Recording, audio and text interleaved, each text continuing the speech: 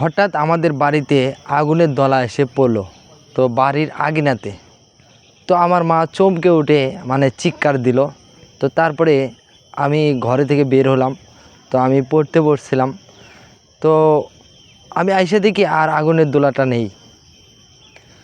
তো আমার মা অনেক চিল্লাচিল্লি করে। তো আমার মার আয়েসটা একটু খারাপ ছিল, তো তো এই কারণে আমার মা যেখানেই যাইতো তো আমি সাথে যাইতাম। তো আমার মা অনেক ভয় পেত। তো আসসালামু আলাইকুম, সবাই কেমন আছেন? তো আজকে নতুন আরেকটি গল্প নিয়ে আসলাম। তো এটা সত্য ঘটনা, আমার মার সাথে ঘটে যাওয়া ঘটনা। তো এটা একটা ভূতের ঘটনা, তো ভূতের গল্প। তো আমাদের নিজের যে বাড়িটা আছে, তো ওই বাড়িতে থাকতাম। তো ঘটনা হয়েছে কি, অনেক দিন, যেমন আমাদের পুরাতন বাড়ি ভিটা ছিল। তো ওই পুরাতন বাড়ি ভিটা যখন 1996 না 97-তে আমাদের ওই পুরাতন বাড়ি ভিটা থেকে আমরা চলে আসি। তো আসলে তখন আমরা আমাদের যে নিজস্ব জায়গা আছে, তো ওই জায়গাতে আপনার আমাদের ওখানে এই বাঁধ বলে। তো ওই বাঁধ হয়েছে আমাদের 5 বিঘা না 6 বিঘা জমির ভিতর দিয়ে আর কি বাঁধ হয়েছে। তো তখন আমাদের জমি অনেকটাই কমে গেল। তো আমাদের পুরাতন বাড়ি ভিটা ছেড়ে ওখানে চলে আসলাম। তো জায়গার ভিতরে বাড়ি টাড়ি করলাম, অনেকজনই আবার অনেক গ্রাম থেকে আসলো। তো তাদেরকে জায়গা দিলাম, তারাও বাড়ি করলো। তো তারপরে একসাথে বসবাস করছি। তো আমার মার, আমি তখন ছোট, তখন আমার মা যেখানেই যাইতো সেখানেই আমার নিয়ে যাইতো। তো আমি এক বাপের পোলা। তো তো আমার মা বেশিরভাগই আমারে ভালোবাসতো, আর আমি মার সাথেই সবসময় থাকতাম। তো রাত্রে যে ঘুমাই তখন আমি অনেক ভয় পাইতাম। মার ওগুলো দেখার পরে মার সাথে মা যে ভয় পাইতো, তো তা মা যেরকম ভয় পাইতো, তো মার দেখা দেখি আমিও ভয় পাইতাম। তো এরকম মা যখন ঘুমাইতো, মার সাথে সাথে আমিও ঘুমাইতে যেতাম। আমি তো ছোটো আছি, তো ছোটো থাকতেও তো পোলা তো তার মার কাছে থাকবে। তো এরকম থাকতে থাকতে হঠাৎ করে একদিন আমি পড়তে বসছি। আমি তখন ক্লাস 3-তে না 4-এ জানি পড়ি, তো আসলে স্মরণ নাই। তো আমার মা বাইরে রান্না করতেছে, আর আমি তো পড়তে বসছি। আমার বড় বোনও আমার সাথে পড়তে বসে। তো আমরা তখন 2টা বোন ছিল, আমি একা ছিলাম। তো আমরা 3 ভাই বোন। তো আমার সব ছোটো বোনটা একটু ছোটো ছিল, ও আগেই ঘুমায় যেত। তো হঠাৎ করে আগুনের দলা এসে আমাদের বাড়ির আঙিনায় পড়ে গেল। তো আমার মা জোরে একটা, তো তারপরে আগুনের দলাটা আমাদের বাড়ির আঙিনায় পড়লো। তো আমার মা হঠাৎ করে চিৎকার দিল। তো চিৎকার দেওয়ার সাথে আমি ঘর থেকে বের হলাম। তো বের হওয়ার পরে তো দেখি আগুনের দলাটা আর নেই। আমার মারে বললাম যে কি হয়েছে। তো হঠাৎ আমার মা এগুলো খুলে বলল। তো খুলে বলার পরে তো আমি আর দেখতে পাইলাম না। তো আমার চোখের সামনে এগুলো কখনো পড়ে নাই, তো আমি দেখেও নি। তো এরকম কিছুদিন পরই এরকম একটা ঘটনা ঘটে। তো আসলে এই ভূত পেতনির এগুলো মারাত্মক একটা ঘটনা। তো দেখেন, জায়গা বুঝে বাড়ি করা লাগে। তো আমাদের জায়গাটা একটু খারাপ টাইপের ছিল। আমাদের বাড়ির সামনে একটা পুকুর ছিল। তো ওই পুকুরটা বিশাল বড়। তো ওই পুকুরে কেউ কোনো দিন গোসল করতে পারে নাই। তো হঠাৎ করে ওই পুকুর থেকে একটা কিছু ভেসে উঠতো। তো মাঝে মাঝেই দেখা যাইতো। তো যাদের রাইস খারাপ, তো তারা দেখতে পারতো। তো এরকম কিছুদিন পরই যখন আমাদের বাড়িতে হয়, তো আমাদের যে আশেপাশে যে বাড়িঘর আছে তো তাদেরকে বলা হয়, তো তারা সাবধানভাবে চলাফেরা করে। তো আমার আব্বাকে যখন বলা হয় তো আমার আব্বা এগুলো বিশ্বাস করে না। তো আমি যখন বলি তো আমার আব্বা তখন বিশ্বাস করে। তো তখন আর কি একটা কবরেজ ছিল, তো আমাদের আত্মীয় হয়, তো আমার খুবই লাগে। তো তারে নিয়ে আসার পরে তো আমাদের বাড়িটা তখন বন্ধ করে দেয়। তো বন্ধ করে দেওয়ার পরে তো আমরা কিছুদিন ভালো ছিলাম। তো ওখান থেকে যখন অন্য আর একটা বাড়ি করি তো তখন আবার ওই ঘটে যাওয়ার ঘটনা আবার ঘটে। তো দেখেন, রাত্রে যদি আপনার টিনের চালে কিংবা বাড়ির আঙিনার ভিতরে কেউ যদি নিশিরাত্রে যদি একটু আওয়াজ করে, তো আসলে এগুলো তো মানুষ না, এগুলো হলে ভূত পেতনি কিংবা জিন এগুলো হতে পারে। তো এটা সবাই বিশ্বাস করে। তো এখন বর্তমানে মানুষে অনেকজনে আছে বিশ্বাস করে না। তো এগুলো ভাই এখনও আছে। তো এখন হয়তো ঘনবসতি করে, মানে ঘনবসতি আমরা যে বাংলাদেশের লোকজন প্রায় 20 কোটির মতো বসবাস করে। তো আসলে ঘনবসতি এখন, তো এই কারণে এগুলো দেখা যায় না।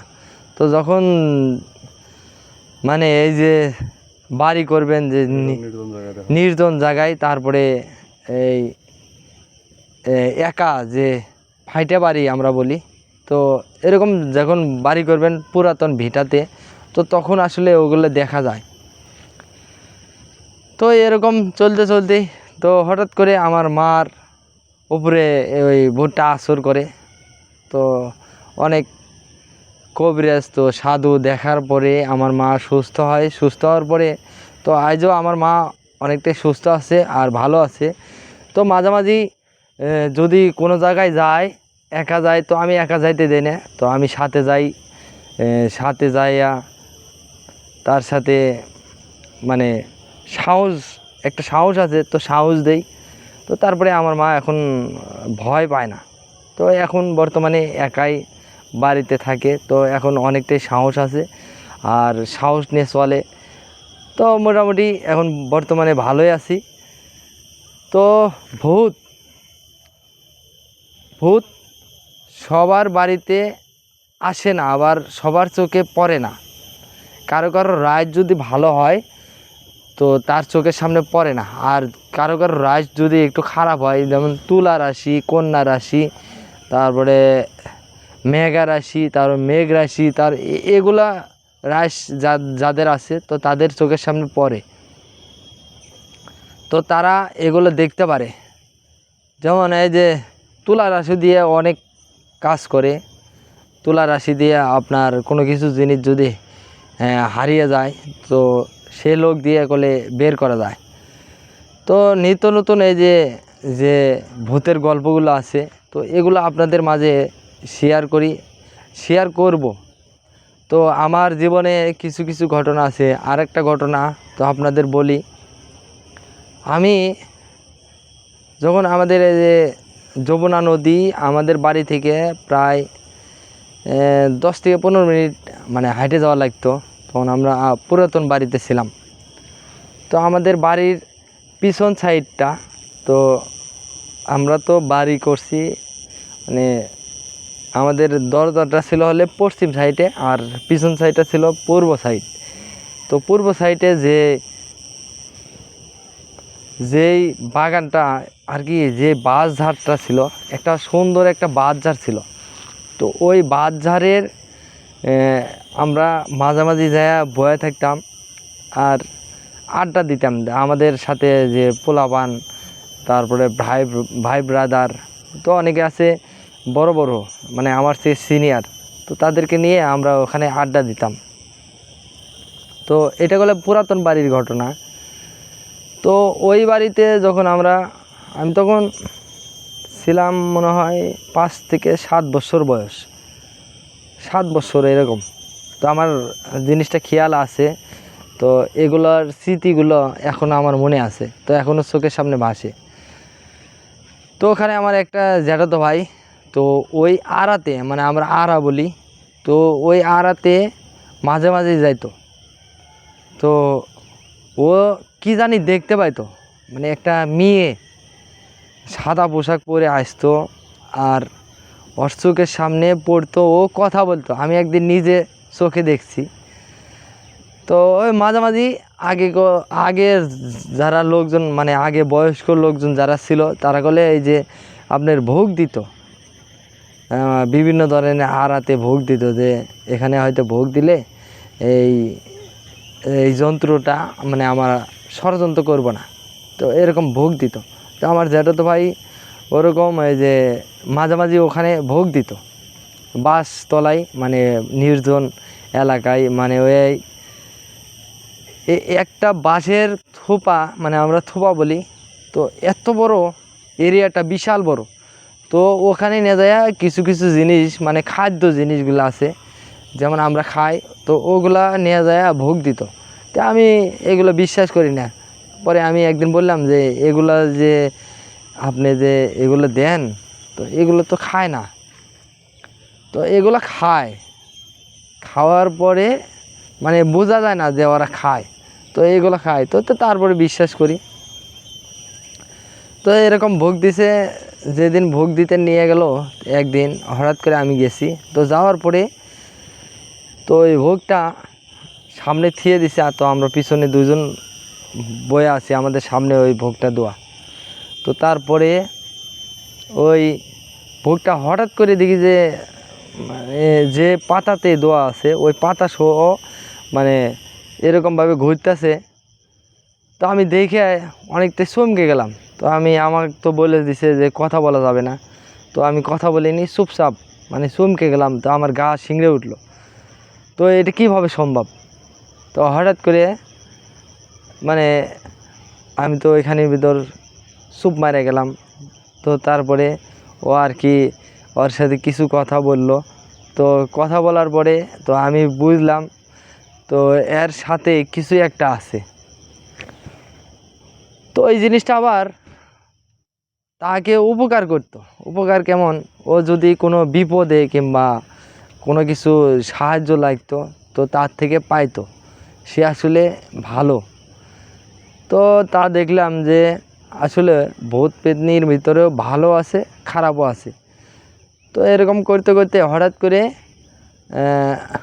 আমাদের ওই ইয়াটা মানে পুরাতন ভিটাটা, বাড়ি ভিটা পুরাটাই ভেঙে গেল। তো ভেঙে যাওয়ার পরে দেখি আর ওই ভাইটা মানে পাগলের মতো খালি এদিক ওদিক ঘুরে আর আড্ডা দেয়। তো মানুষের সাথে তো এরকম একটা মিশে না, একাই বয়া থেকে আড্ডা দেয়। তো দেখতে দেখতে একদিন হঠাৎ করে দেখি মোটামুটি সুস্থ হয়েছে, ভালো হয়েছে। তো তারপরে একদিন আরেকটাই, যেমন আমার চাচার এরকম বাস আছে, বাস ঝাড়া আছে।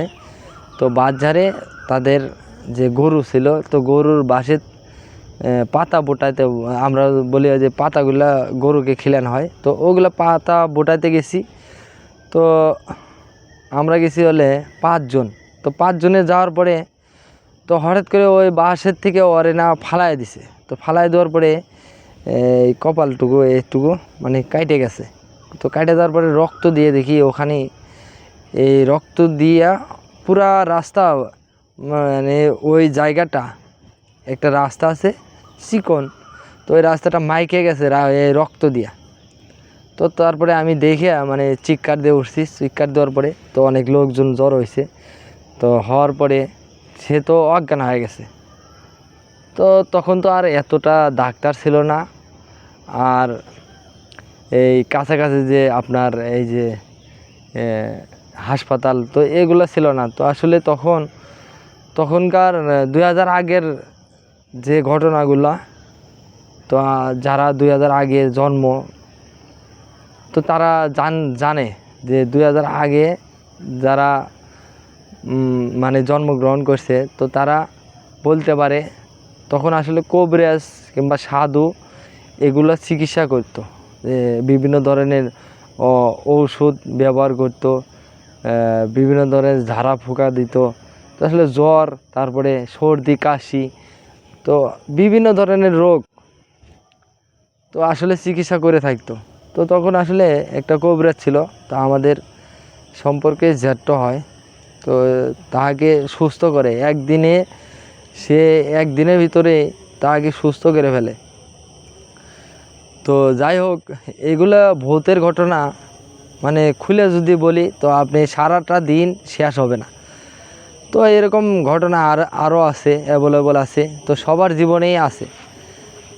তো যারা আসলে গ্রামে থাকে তারা আসলে এগুলো দেখতে পারে, আর এগুলো এখনও বাস্তব কিছু কিছু ঘটনা আছে। তো আসলে অনেকে আছে মন থেকে খুলে বলতে চায় কিন্তু খুলে বলতে পারে না। তো আমি এগুলা আপনাদের সাথে শেয়ার করেছি কারণ আমার নিজের বাস্তব ঘটনাগুলো, তো এগুলো আপনাদের সাথে শেয়ার করেছি এই জন্য যে মনটা হালকা হওয়ার জন্য। তো যেখানেই যান, যদি আমরা ওখানে এই হয়তো 3-4 জন ছিলাম, তো তো যদি আমরা এই লোকজন যদি না থাকতাম তাহলে ওই ছেলেটাকে বাঁচাতে পারতো না কেউ, তো আর ও বেঁচেও ফিরে আসতে পারতো না। তো এরকম যেখানেই চলাফেরা করবেন আর যেখানেই যাবেন সাথে একজন সঙ্গী নিয়ে যাবেন, আর সাথে বন্ধু হোক, ভাই হোক, আর আত্মীয় স্বজনই হোক, তার সাথে নিয়ে যাবেন। আপনার উপকার হবে আর আর তারও উপকার হবে। তো এরকম এগুলা ভিডিওগুলো করার একটাই উদ্দেশ্য, তো সবাইকে সতর্কভাবে মানে সতর্ক করে দেওয়ার জন্য তো এগুলো ভিডিও করা। তো আমার এই চ্যানেলে বিভিন্ন ধরনের যে আমার ঘটে যাওয়া ঘটনা, তো এগুলো আমি তুলে ধরবো আর এগুলো বলার চেষ্টা করব আপনাদের সাথে। তো আমারও ভালো লাগবে, তো আপনাদেরও ভালো লাগবে। তো আপনারা সবাই একটু সাপোর্ট করবেন, আর আমার ভিডিওগুলো যদি ভালো লাগে তো সবাই একটু দেখবেন পুরা ভিডিও, আর পুরা কথাগুলো শোনার চেষ্টা করবেন। তো আমি ভালো ভালো যে বিষয়গুলো আছে সেগুলো আপনাদের সাথে তুলে ধরবো আর সেগুলো বলবো। তো আমার যেগুলো ঘটনা বলি তো সেগুলো সব সত্য, একটাও মিথ্যা না। তো যাই হোক, সবাই ভালো থাকবেন। আজকের ভিডিওটা অনেক বড় হয়ে গেছে, তো আরও বড় করতে চাচ্ছিলাম, পুরোপুরি আধা ঘন্টা, তো আসলে এরকম করতে পারলাম না। তো সবাই ভালো থাকবেন, আর আমার চ্যানেলটা নতুন, সবাই একটু সাবস্ক্রাইব করে দেবেন দয়া করে। আর পরবর্তী আরেকটা ঘটনা নিয়ে আসতেছি, তো সবাই থাকবেন আর সবাই দেখবেন, আর চ্যানেলটা সবাই সাবস্ক্রাইব করে দেবেন, আর ভিডিওগুলো বেশি বেশি করে শেয়ার করে দেবেন। আর আমার ফেসবুকের যে লিঙ্কটা আছে, তো লিঙ্কটাতে যায় সবাই একটু ফলো করে দেবেন। তো সবাই ভালো থাকবেন।